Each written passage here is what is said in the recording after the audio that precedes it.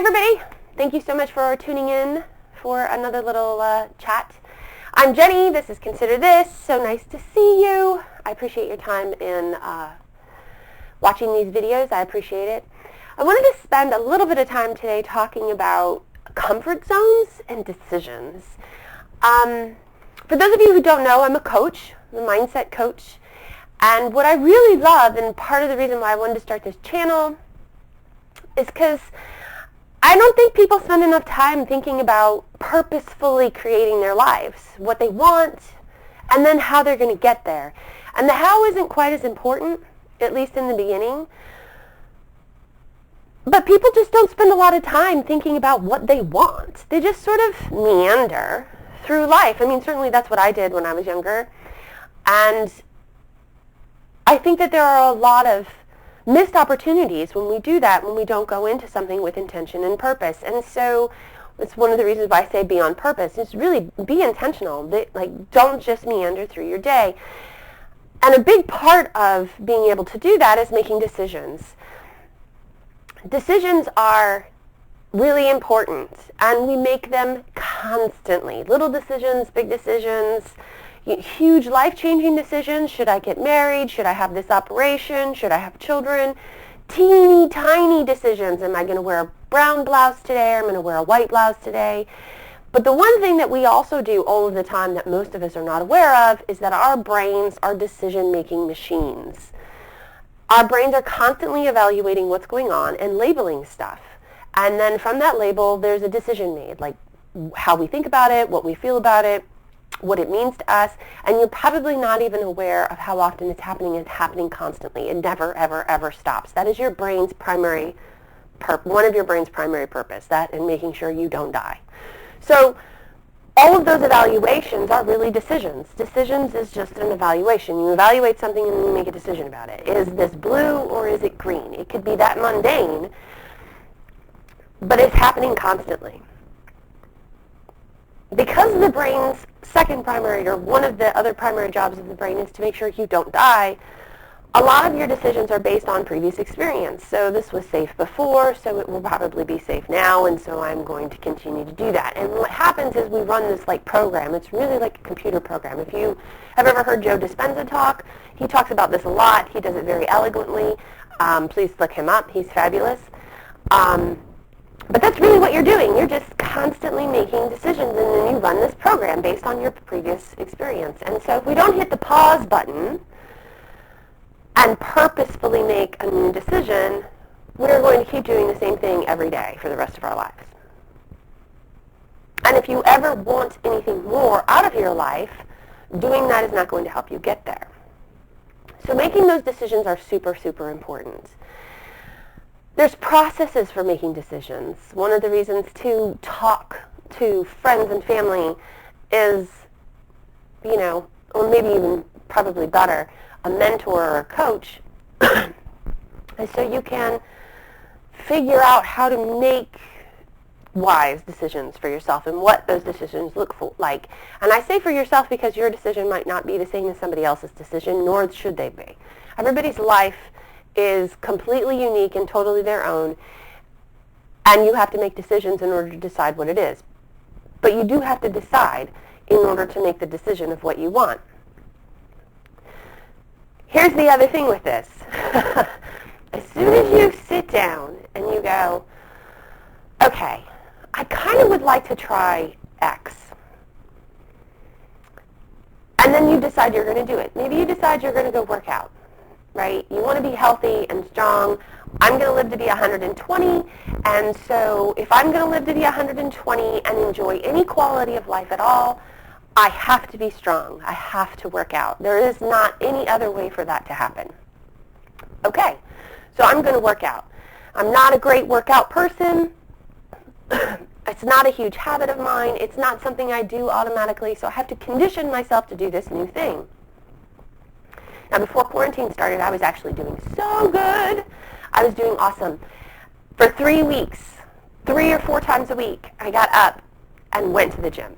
And I loved going to the gym, and I enjoyed the class that I was doing. It was strength training, which I enjoy strength training. And I was doing great, and I was seeing and feeling a difference. And then quarantine hit, and I was working out at home. And I worked out at home hard for a week. And then the next week it was a little less intense, but I was still working out. I did that for probably a month. And then by 6 weeks in, all I was doing was yoga. And then I went a couple of weeks without doing much of anything at all. And you know how it goes. And everybody's had this experience on anything new that you've ever tried to do. Diet, lifestyle, work, I don't care. You start off strong and then you peter off, right? Why? Why do you do that? Has anybody ever thought about that? Like, why is that happening? One of the reasons why it's happening is because this thing that we call comfort zone. And I know that sounds cliched and stupid for some people probably, but it's the truth. You are so used to what you have done before that when you start doing something different, even if the different thing you're doing is good for you, your body immediately rejects it. It's like, no, your brain, really. Your brain floods your body with chemicals that tell you to reject whatever it is that you're doing, even if what you're doing is good for you. It's really frustrating. And so you have to know that going in when you decide to make a big shift, a big change, a big decision that's altering what you normally do on a regular basis. Because you have to incrementally take steps. And when you know your body is rejecting something, or when you know that everything inside of you is going to be screaming, this isn't right, this isn't right, this isn't right, then it becomes easier to counter that. The other thing that helps is accountability and letting people know what you're doing and why you're doing it now. That can be hard, depending on the relationships that you have with other people, or it could be easy, depending on the relationships that you have with other people. This is one of the reasons why I became a coach, is because I want to help other people get to that place, to shift their mindset so that they are able to actually get to where it is that they would really like to go. And here's a beautiful example. My diet growing up was very much like anybody's diet in the 80s in the United States, right? We ate lots of boxed and packaged meals, lots of canned vegetables, and lots of ground beef and pork chops and things like that. Usually prepared the same way. And so you develop a taste for that, right? When I graduated high school and I go on to college and I'm going to be an adult and I moved away from my hometown, and I wanted to deliberately try and enjoy other food. So I tried, and I hated it. And I'm like, what the heck? Everybody thinks that the sushi is great, and I don't like sushi. I don't understand. Well, I wanted to like sushi. I wanted to enjoy wine. I wanted to eat Thai and real authentic Chinese food and enjoy the heat of Indian curry and goat and raw sushi, raw fish in my sushi. And I wanted that experience. The first time I tried all of those foods, I didn't like them. I spent a huge part of my life not even liking tomatoes. So just becoming accustomed to trying a new food was a process of me doing something that I actually didn't like in the beginning because I wanted to like it going forward. And your brain and your body will do this for you. It will do this for you, because I got to tell you, now I like tomatoes and I love sushi. I could eat sushi every day. And there was no reason for me to want to enjoy those things. It was simply a personal desire. It didn't, it's not like you can argue that that was the way to do things, or everybody should eat this kind of food, or everybody should. No, it was just literally, personally, something that I wanted. It had no bigger meaning than that, no greater meaning than that. It didn't I didn't rewrite the world or magnificently change anything, but I enjoy it. And it has brought me personally a lot of joy and satisfaction in having those experiences now. And I enjoy it, and I'm glad for it. And I can't wait for the next weird food that comes around that I'm going to try and see if I can want to get to know it better and eventually like it. the reason I'm sharing that story is it's a perfect example of how it doesn't need to be a profound thing that you want to experience. It can be such a small little thing that you want to do that will hugely increase the quality of your life, and nobody else might even understand it. Nobody else might even understand it at all. But to you it's important, and to you it matters. And having somebody to help you get from, I don't like this, to, I really like this, is a powerful ally to have. So that's why I wanted to become a coach, is so that I could do that for people. I could help people with that. I could be their ally in that and rally them on and encourage them to keep going and cheer from the sidelines, don't stop, don't stop, don't stop. You can do this, you can do this, you can do this, because you can do anything. You can do anything, anything, anything if you really want to.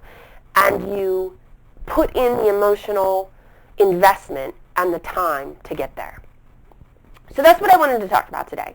Making decisions and the comfort zone. And so if you find yourself in the situation where you're thinking about trying something new or wanting to do something a little bit different, and it can be big and it can be small. Just remember that anytime you make any change, even if it's a positive one, your body's first response is going to be to tell you that it's not right. Get help when that happens. Find an ally that can guide you through that and remind you of why this is important, why you want to do it, and get you over the rough patch. Because it's really true, if you continue to do it, that new thing that you want to experience will become a new habit. It will become this automatic program. It will become something that you become familiar enough with, which is something that Marissa Peer talks about. Your brain becomes familiar enough with it that it's no longer uncomfortable to do it. So that's my piece for today. I just wanted to share that. I thought it was important. It's been kind of tinkering around in my mind. And, it's really important. So make your decisions. Be intentional. Every day. Be on purpose. Bye, guys.